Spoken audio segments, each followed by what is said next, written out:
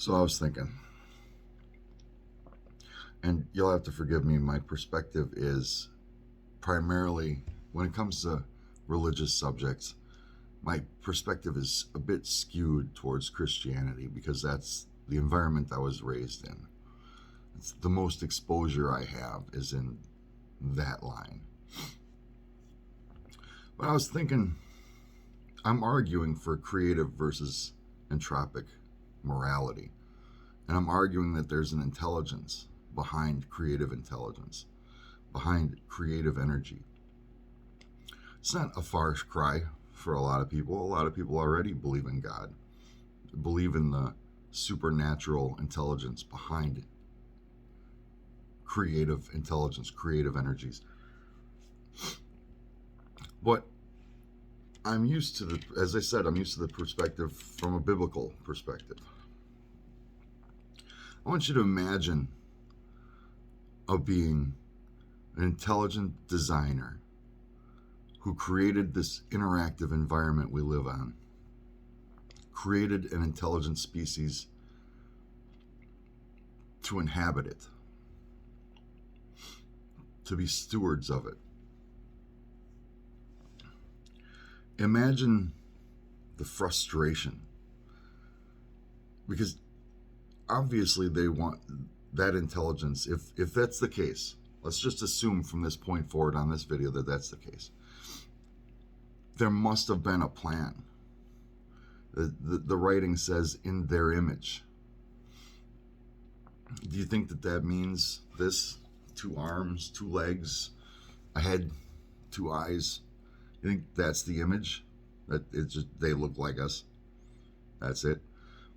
Or is it something more than that?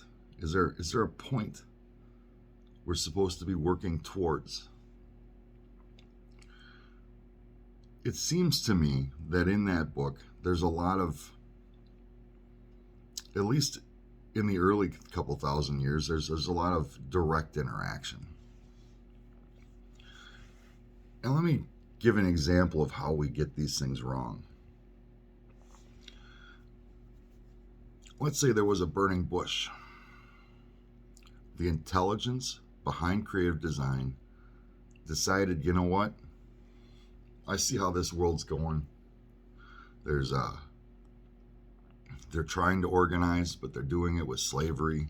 They're doing it by building these grand structures and using themselves, other humans, as slaves to do it. So what I'm going to do is I'm going to peel off a large portion of those humans and I'm going to interact with them. I'm going to try and show them the direction I want them to go in. So here enter the Jews. We peeled them off from slavery. We're going to send them through the wilderness to the promised land. Let's give them some guidelines. Let's keep it simple, because when there's interaction, it tends to go a bit wrong. So keep it simple, dramatic, burning bush, 10 commandments on stone tablets, 10 simple commandments. One of which, right, first off, the guy takes these tablets down the hill, smashes the first one in frustration, which is entirely human thing to do, goes back, gets copy number 2. On these tablets is a simple thing: thou shalt not kill. The people who own and venerate the tablets stick them in an ark, carry them across the wilderness, and proceed to kill thousands of people.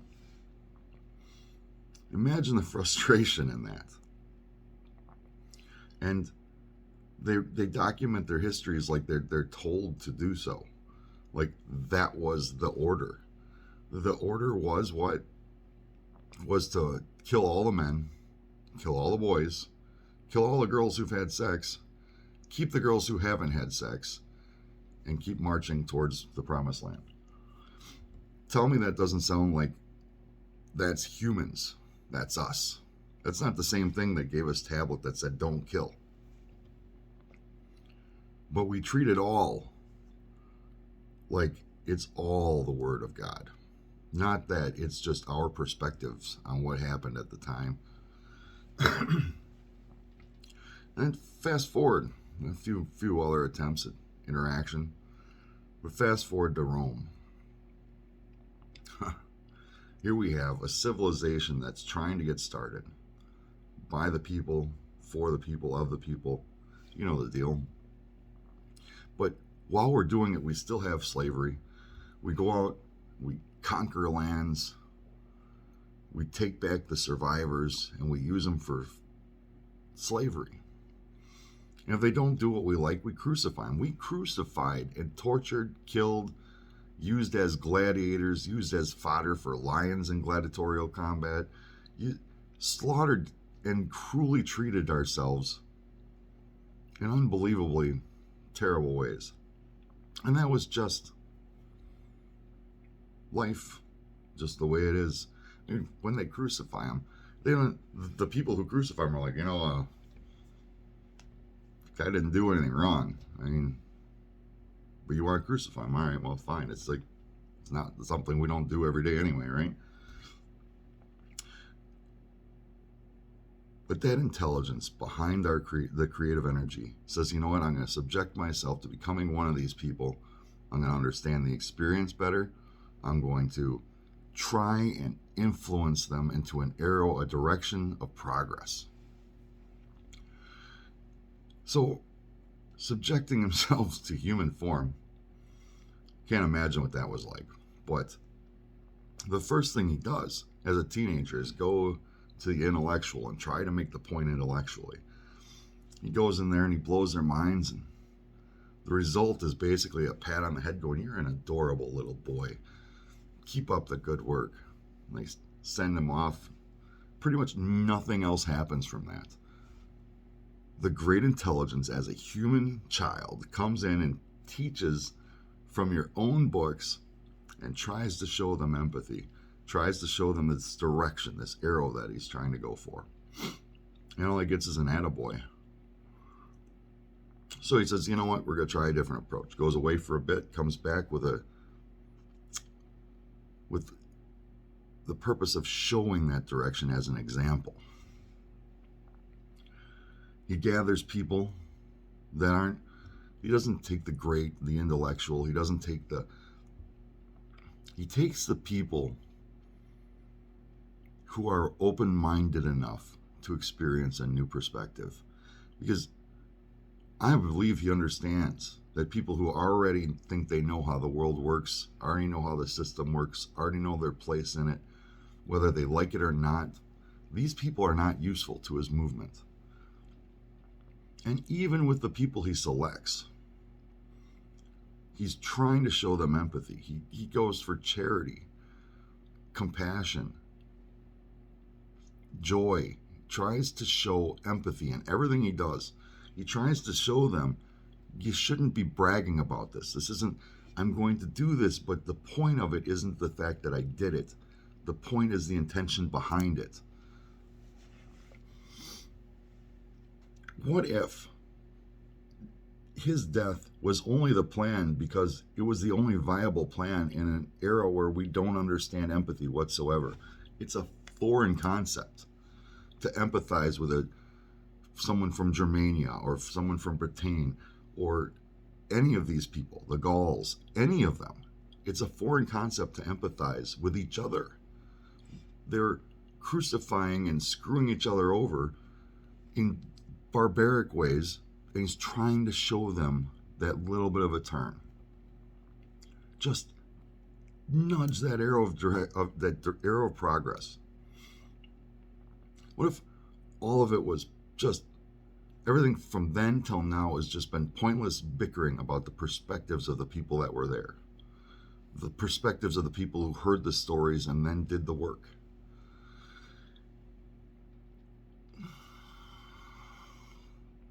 That seems far more likely to me than that every word in religious texts are verbatim the word of God. It seems to fit the narrative of how life has progressed, because it still took us thousands of years to get here. Not much more further along down the path. Right nowadays, slavery's, it's not something we like, but we still have human trafficking.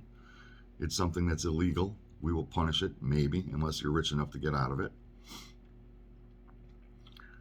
I mean, how far has human trafficking gotten? I mean, I hate to think minimum wage is human trafficking, especially since we have a lot more free will behind it nowadays. No, it's not slavery, but it's the best we can do by law. It's the most acceptable practice we can do by law, I guess.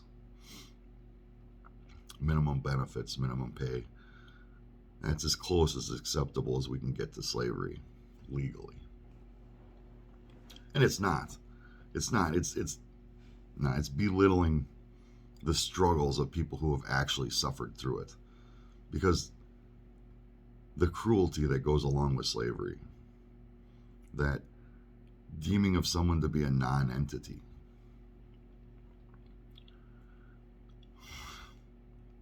Look at how long it's taken us to get only this far. And we still argue over the words of people who are just sharing their perspectives and memories. I'd like to see an epic. There aren't a whole lot of religious epics. Maybe I don't have the right streaming services. I'd like to see an epic where they show the brutality. I mean, there was a show, Spartacus, that showed a lot of the brutality of that time period. How easy it was to just be crucified. How backstabby we were in those cultures. And show the intent that the intelligence behind creation must have had. Because it's all over the words. It's empathy. Please show more empathy. This is empathy. Get familiar with it. Use it. You have it. You just don't use it. Here's how you use it. How frustrating. Something that shows the frustration. Because we don't seem to get a lot of that in the Word. And it must be there. It's not my projection. There was an intent behind the actions. And we missed the point. We still miss the point. I don't know of anybody that talks about this. Nobody talks about how maybe there was divine intervention. And maybe there was a lot of divine intervention. We just keep missing the point. And maybe he's done with that for now. Maybe if there is a God who did intervene with us personally, directly, maybe they're just waiting for us to wake up. I'm going to do a different video on the word woke. It seems to be watered down. Anyways, it's 13 minutes. People don't usually watch this long. So, and like I said, my perspective is a bit skewed towards Christianity because that's what I've been exposed to the most. I don't know what it's like in any other religion. In Hindus, they have their own gods, their own interactions with those gods. But at least from the Christian perspective, it seems to me the arrow of direction that was desired was to increase our empathy.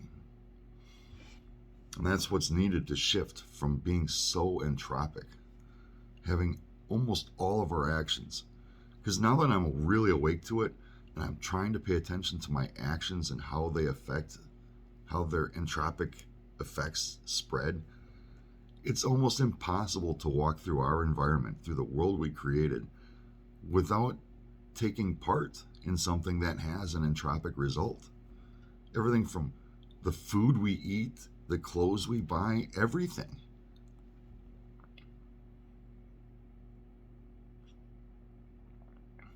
Everything is tainted with this entropic greed. The system we have now is busted.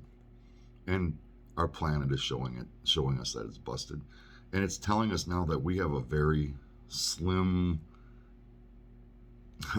window for success here. It keeps shrinking.